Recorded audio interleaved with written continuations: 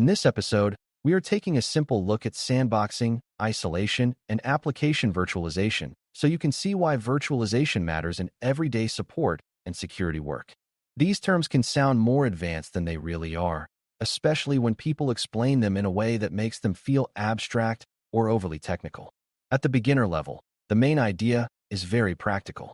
Sometimes a person or an organization wants to run something without letting it touch everything else on the computer, and sometimes they want a program to work even when the system around it is different from the one the program expects.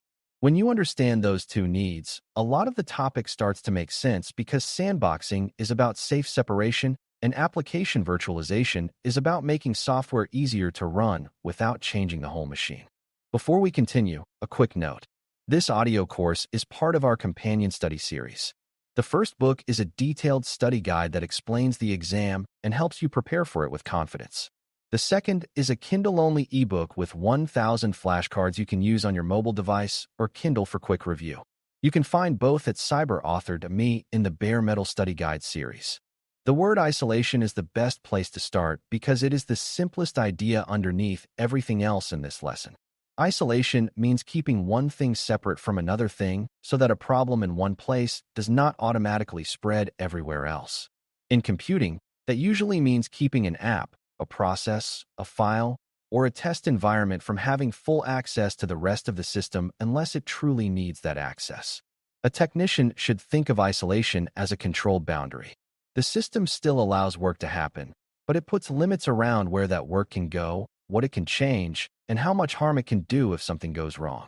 That matters because computers often run many things at once, and without some kind of separation, one bad app, one risky file, or one unstable change could damage the user's whole environment instead of staying contained. A simple real-world comparison helps here. Imagine a science class where an experiment is done in a sealed container instead of directly on the teacher's desk. The experiment can still happen, and the students can still observe it, but if it spills, smokes, or reacts in a strange way, the problem stays inside the container instead of spreading across the room. That is very close to the idea behind sandboxing and other isolated environments in computing. The goal is not to stop the activity completely. The goal is to let it happen inside a controlled space where the damage is limited if the result is bad. A beginner should hold on to that idea because it explains why organizations use these methods. They are not always trying to make software more powerful. Often they are trying to make risky, unfamiliar, or fragile activities safer and easier to manage. A sandbox is one common kind of isolated space. In plain language, a sandbox is a restricted area where a program or file can run without being trusted with full access to the rest of the system. The program may still be allowed to open, process data, or perform its main task, but it is kept inside a boundary that limits what it can read, what it can change, and where it can go. A technician should think of a sandbox as a safe testing area inside the computer. If something harmful, unstable, or just poorly written is running there, the system has a better chance of keeping that behavior from affecting the user's main files, settings, and other programs. This matters because not every threat looks obviously dangerous at first, and not every software problem begins with a dramatic failure. Sometimes a safe boundary is the difference between a small contained issue and a whole machine that becomes difficult to trust. Many people already use sandbox-like ideas without realizing it. A web browser, for example, often treats content from websites in a more restricted way because the system does not want a random web page to have full control over the whole computer. Email attachments, downloaded files, and unknown apps can also be treated more cautiously in environments built around isolation. Even a phone app that can use the camera but not reach every other app's data is showing part of the same idea. The system is trying to give the app enough access to do its job, but not enough access to cause broad damage if the app is malicious, broken, or simply not well designed. That is a very important beginner lesson because it shows that isolation is not some rare high-end concept. It is a normal part of how modern devices try to stay usable and safe at the same time. Organizations use sandboxing for testing because testing new or changed software directly on a live production machine is risky. If the software fails, behaves strangely, or includes something harmful, the organization may lose time, damage a working system, or create a support problem that affects many people instead of just one test case. A sandbox gives the technician or support team a place to observe what happens before trusting the software in a normal environment. They can open the file, run the program, see whether it crashes, see whether it tries to act in an unexpected way, and decide whether it belongs on real user systems. For a beginner, the key point is simple. Testing in an isolated space lowers the chance that one bad decision will damage a working device.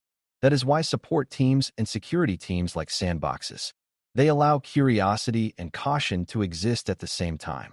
Sandboxing is also useful for risk reduction, and that point matters just as much as testing. Not every file or application is known in advance, and even trusted-looking items can turn out to be harmful or unstable. A sandbox gives the system a way to say, yes, you may run, but only inside limits.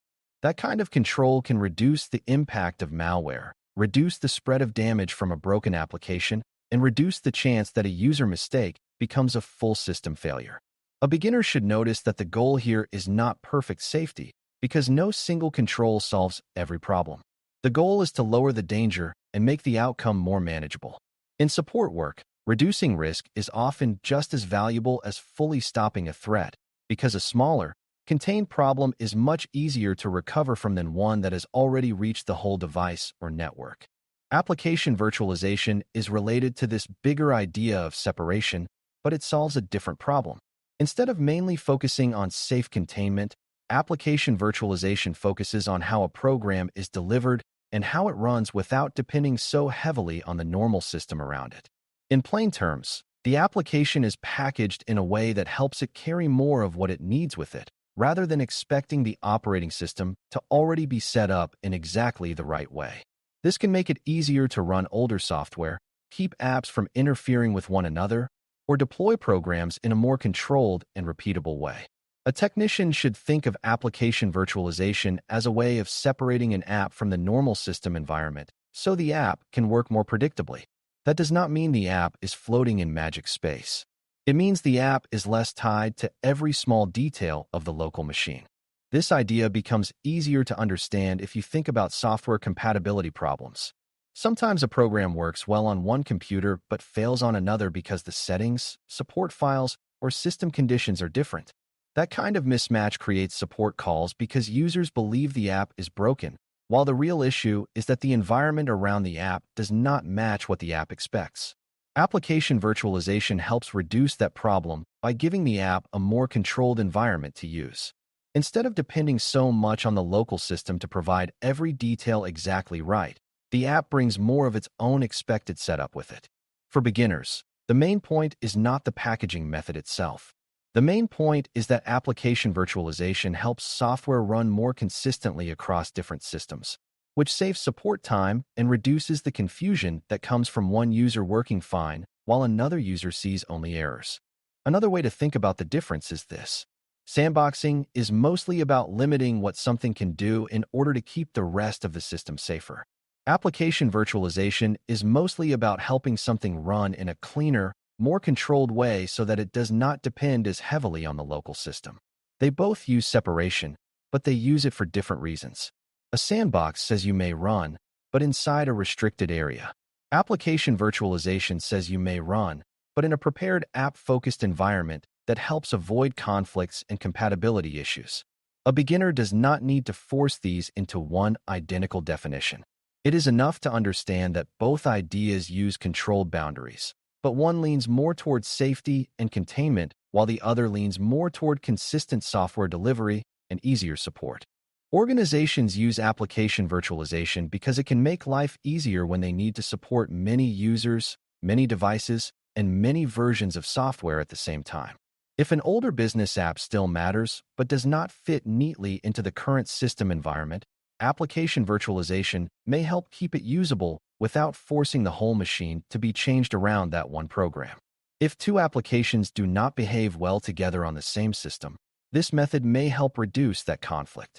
If a support team wants faster deployment and fewer installation problems, delivering the app in a more controlled virtualized form can help. For a beginner, the big lesson is that organizations are often trying to reduce support headaches, not just add fancy technology. When software works more consistently, technicians spend less time fixing mismatches, and users spend less time waiting for something that should have worked the first time. There are also some misconceptions that beginners should avoid.